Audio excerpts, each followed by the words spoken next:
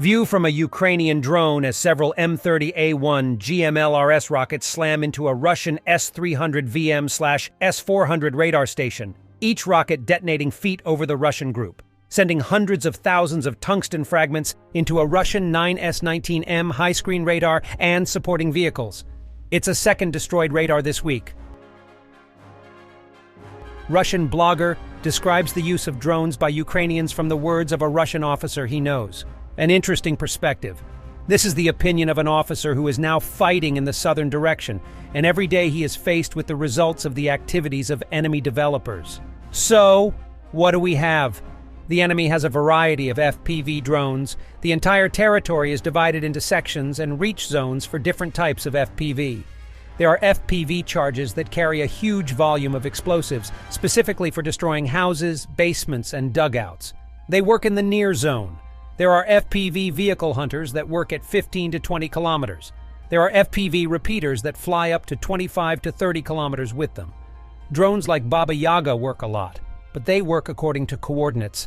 That is, an M3T flies with her, Mavic 3T, and films her work. The route is set automatically. It mainly mines or finishes off exposed targets. Ammunition is used infrequently, but a lot. They don't spare long-range ones against the exposed target. 38 long-range, 2 tank, and 3 FPV were fired at the exposed mortar. The officer also assessed the standard electronic warfare equipment, including those arriving recently. I won't bring it here. In short, I would like more effective methods. Therefore, everyone who now doubts that the Ukrainian armed forces are capable of fighting without artillery and striking at our rear without aviation doubts in vain. What Rybar writes about, the many volunteer groups in Ukraine that make drones and do not experience administrative pressure, is indeed a very serious threat, which cannot be ignored. Contrary to Russians, Ukrainians don't shoot those who have surrendered and treat them according to the Geneva Conventions. The Russians do not respect international humanitarian law.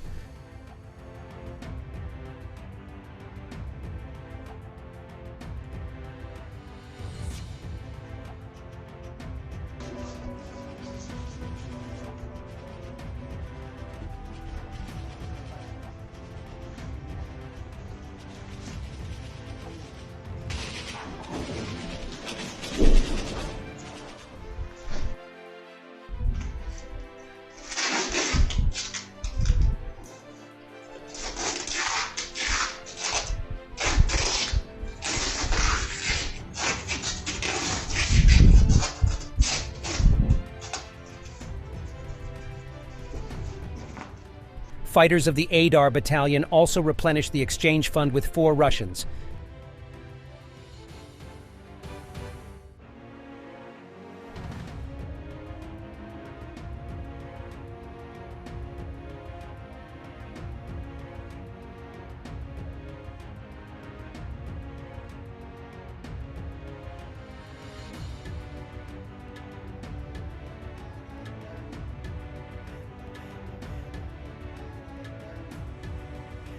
A few moments later. Я Малярович Владислав Александрович, 2001 года рождения, с Краснодарского края, станицы Новотитровской. Был мобилизован в 150-ю дивизию 102-го полка 1-го батальона. Кунгур Хайрат Павлович, город Астрахань.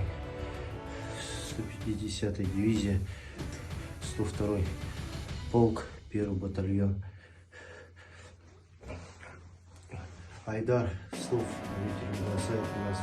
As I know guns, I don't think you are supposed to muzzle load an AK. 85-я бригада.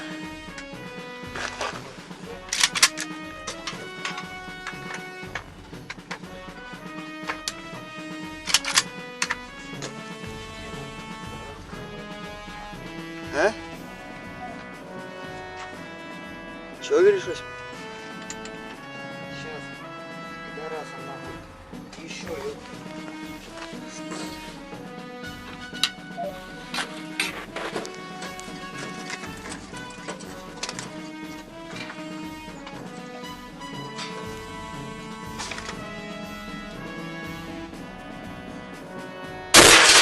Ай, блядь! Давай, сошел! Ukrainian unit shots a Russian drone.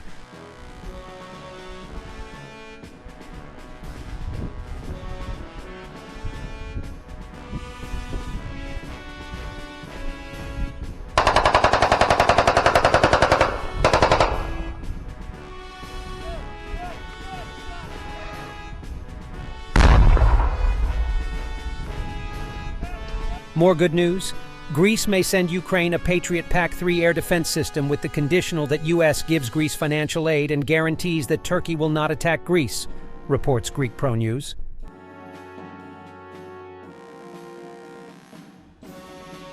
Russian Orthodox Patriarch says Russia builds churches while Europe closes them. Bottom. What Russia actually does to churches in Donetsk region. В то время, когда христианские храмы в просвещенной Европе закрываются, в России храмы строятся. А вот что это означает? Ведь в этом явлении нужно разобраться. Мы что, самые отсталые, самые такие, что называется, необразованные? Да совсем нет. A powerful and beautiful detonation of the Russian 152mm self-propelled gun 2S5 Hyacinth S.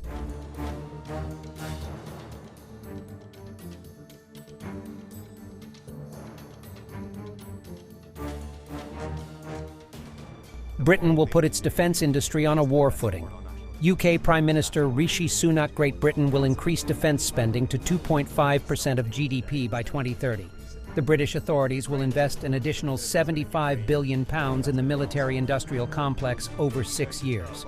If we don't deter Russia in Ukraine, all we are going to do is embolden Putin to go even further, and indeed embolden other adversaries around the world to do the same, he said.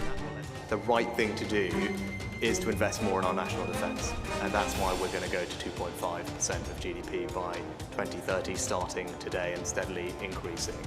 You know, Ukraine is important because an investment in Ukraine is an investment in our security.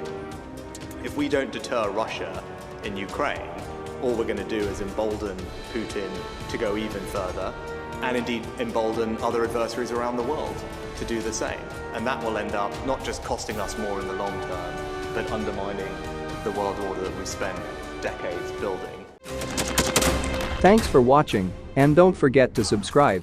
Also, if you want to support Warthog Defense, please become our member and get early access to new videos, exclusive members-only videos, and become administrator in comment section. The membership link is in the description. Rescues every day. We had a guy last week at 6 rescues in 6 days. You know, he's doing the job every day.